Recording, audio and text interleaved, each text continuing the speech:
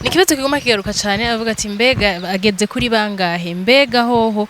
kubipfuza yuko nabo boja muri abo bafana bo kora iki byogenda gute novuga ati hanini niyo makuru abarundi canka abarundi kazi banyotewe muri uno mwanya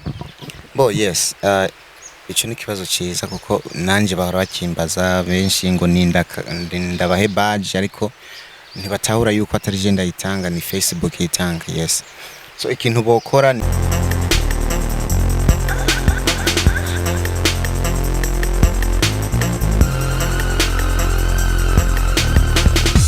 DFTV Tunda Juhudi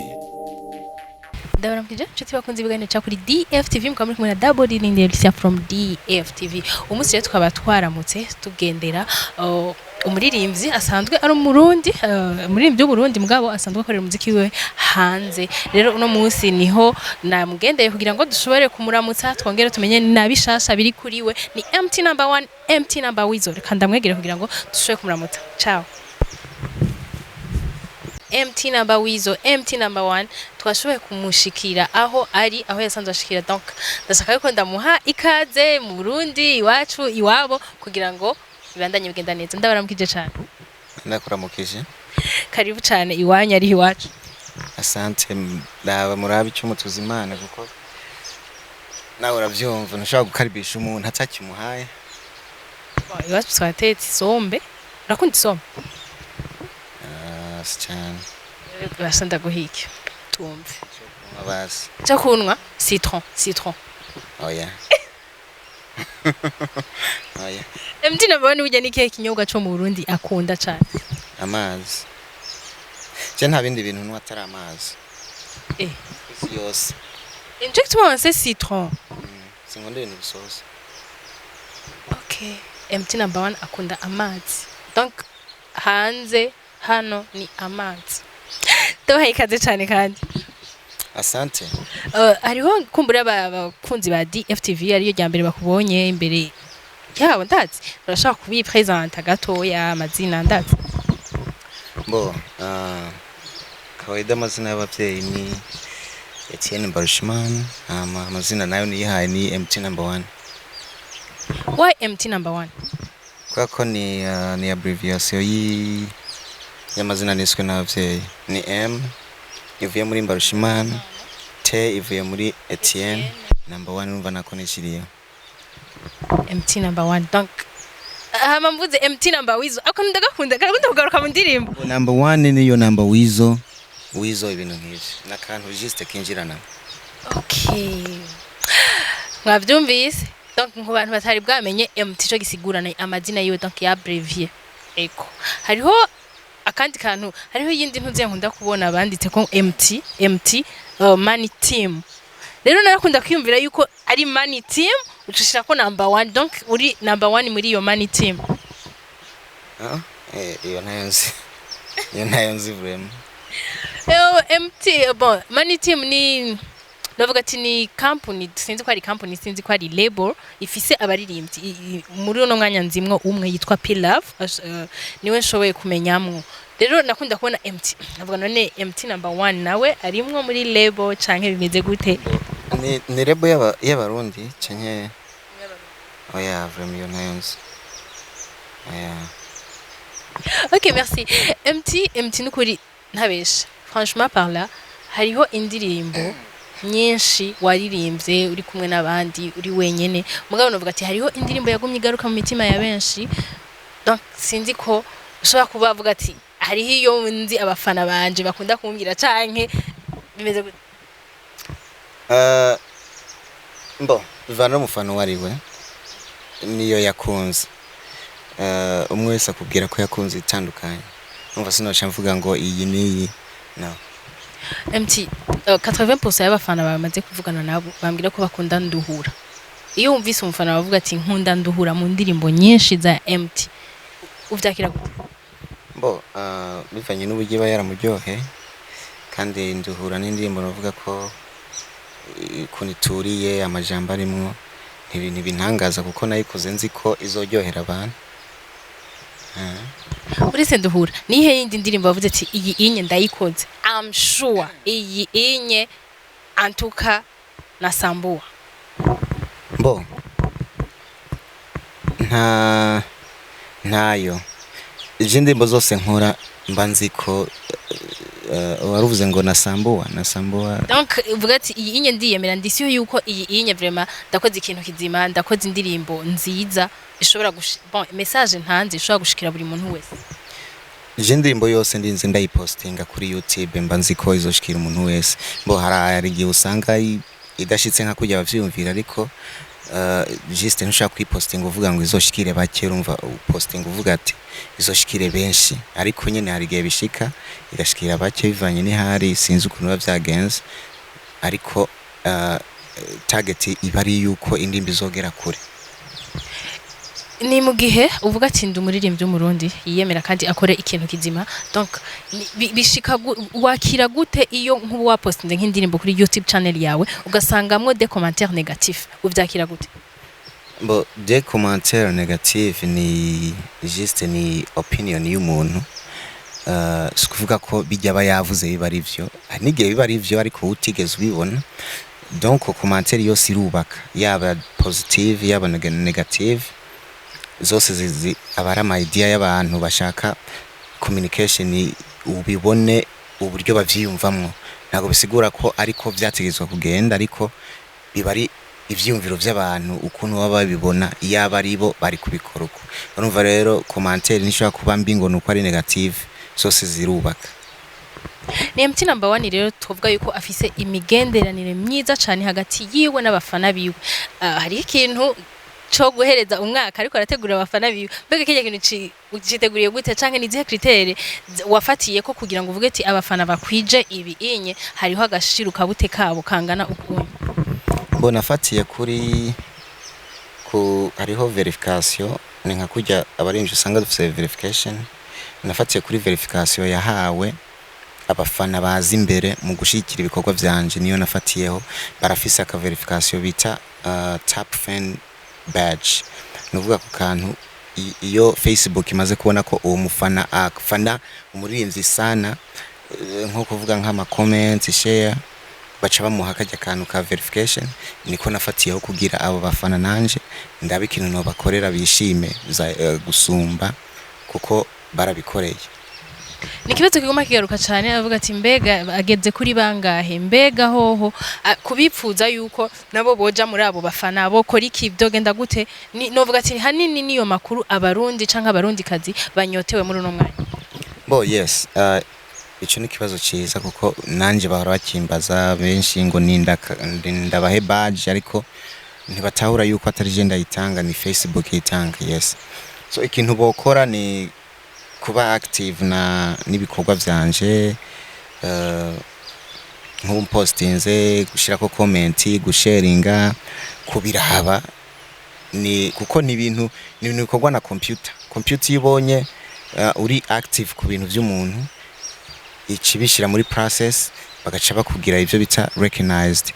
ubwo gacuronka iyo badge. Yes okay novuga ati abafana canke awifuza wese nawe kuja muri ugo rutonde nawe urumva procedure ashobora gukoresha nica kibazo kiguma kigaruka mbega ugeze ku bantu bangana gute? Bakurikirana na ni page yanje bamaze kuronka je mfise abantu bashika nko ku bihumbi 108 gutyo bankurikirana ariko sinibaza ko abagafise kajya kantu barenga 50 bo bari nka 30 kuko benshi ntibabimenya donc benshi ntibabi. Yes so ni nka 30 canke 40 gutyo ndibaza. MT nimba atari banga utegura kuvuga ati nizige 30,000 nyene wavuze canke no kubicarika ni kihe ikintu wamaze guhitamo? Bo abafana nkuko asanzwe babimenyereye benshi turi bari hafi yanje iyo ndino nkora nk'akantu k'umunsi mukuru nkabaga nk'ihene canke ibintu ngivyo tukaganira kugira donc babone ko turi hafi na hafi ariko muri uyu mwaka nabonye ko bikenewe yuko nokora akantu k'akarusho gasumba kuvuga ngo namutumiye araje tucaye arafunguye donc ngomba gukora akantu gafise ijya valeur yajya amafaranga navuze. ni MT novuga ati yahuye n'ibibazo byinshi mbwe atari bwashike mu Burundi ariko novuga ati Imana yarakinze ko turinze tumona ari amahoro twitege ko nibindi ari amahoro ni ikihe kintu tuvuga ati twitege kuri MT imbere yuko umwaka uhera uretse gusangira n'abafana turakeneye gishasha turacanyotewe kandi twaturirimba tuvura imitima ibyo mwo kwitega nuko ari ibikorwa byiza kandi bizobanezera ndiko ndakora namankora just no kuguma muri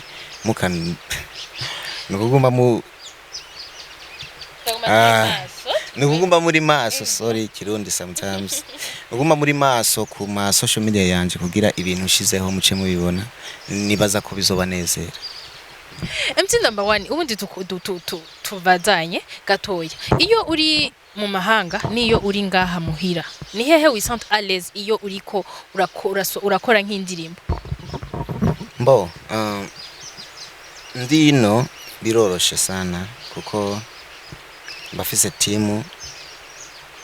mbafise abantu nkamwe banyamakuru mu muri hafi ariko ndi mu mahanga urumva nkawe kugira ndakuronka ume interview si ikintu coroshe urumva rero nuko mbo difference canke akarusho nuko ndi hano namwe niho muri niho basement y'umuziki iri umuziki dukora kuko dukora umuziki w'ikirundi urumva basement y'umuziki w'ikirundi uri mu Burundi nushaka kuvuga ngo ikicaro gikuru cy'umuziki w'u Burundi kiri muri Amerika kandi turirimba ikirundi uvuga no Burundi bujanye n'ikirundi n'abarundi MT hariho abaririmbyi benshi canke abantu benshi baba bafise impano zitandukanye ngaha mu gihugu cy'u Burundi mugabo bakabura babandi bavuga ati badufata ukuboko batwereke yanzira wowe nkawe iyo ubonye talent kanaka mu gihugu cawe ni kihe kintu ukora kugira ngo ubone yuko hariho nawe ico uri kuraterera mu gihugu mbonye nk'umuntu afise talent cyambere shobora gukora ni kumutera intege nkambwira ko byose ubishize mu cyizere byose birashoboka ejo hiwe hashobora kuba heza ibintu nk'ivyo benshi hari n'ukuntu nyene nk'ubonye ari nk'umuntu ufise nk'uburyo urashaka kumwongerereza agakora ibikorwa ariko ivyo ntiwo bikorera bose canke ngo uvuge ngo nzobibakorera ngo ubahe promise ariko vraiment guha umuntu intege mu majambo canke ukamwereka inzira yocamwo canke ukamuha connection n'abandi bantu abatazi kugira ibikorwa vye bitera imbere umva ko biba ari ikintu mufashije gusumba ko ushaka kumuha amahera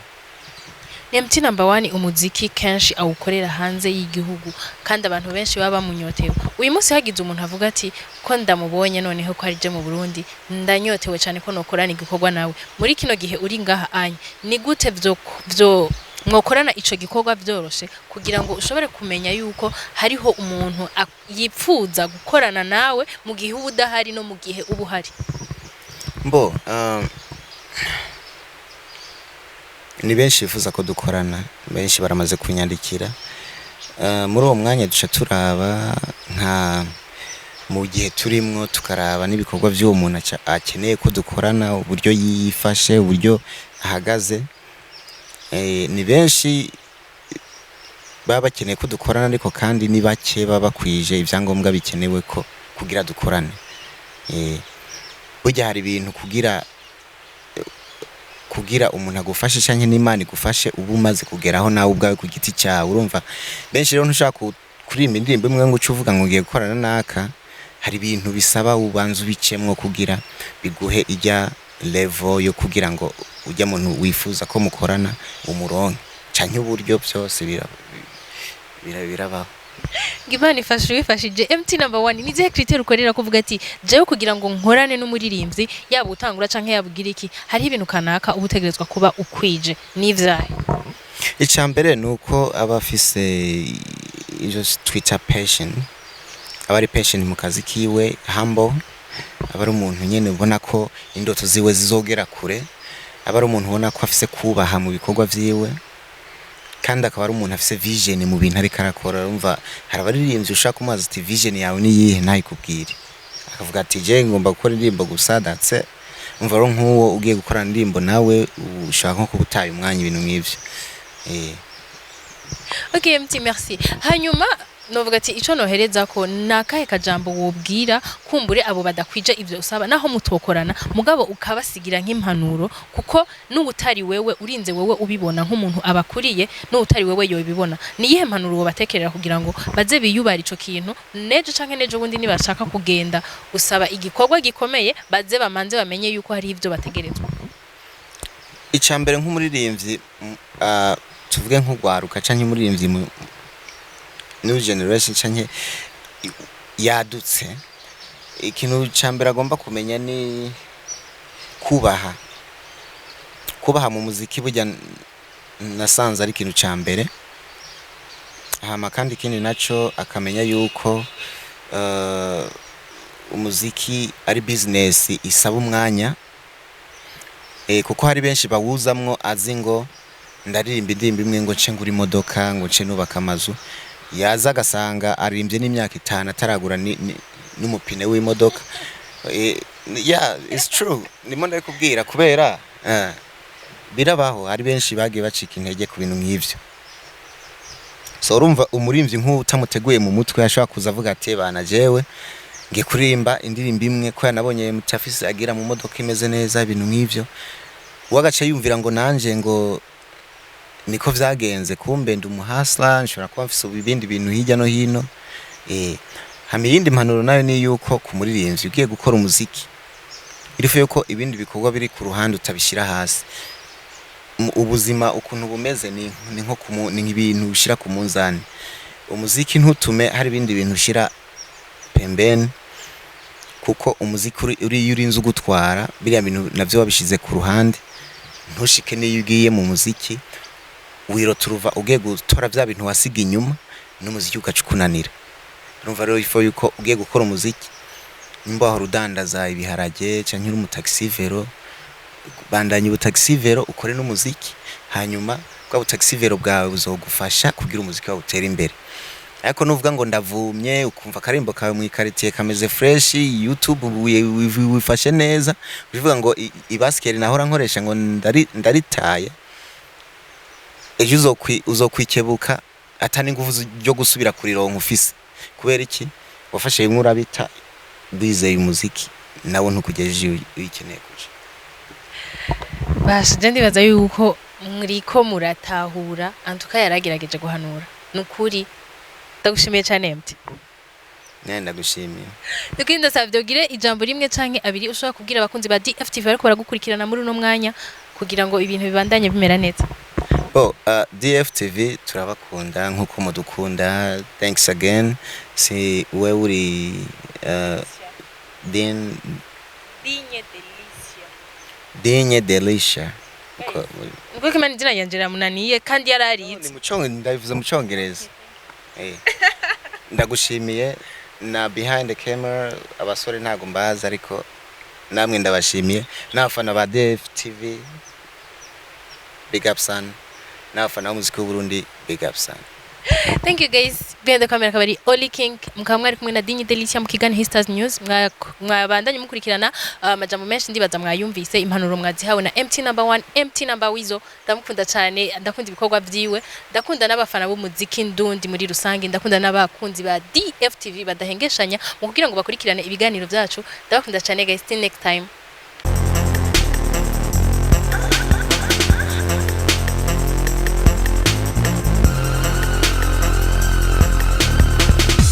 DFTV. Tunda Juhudi.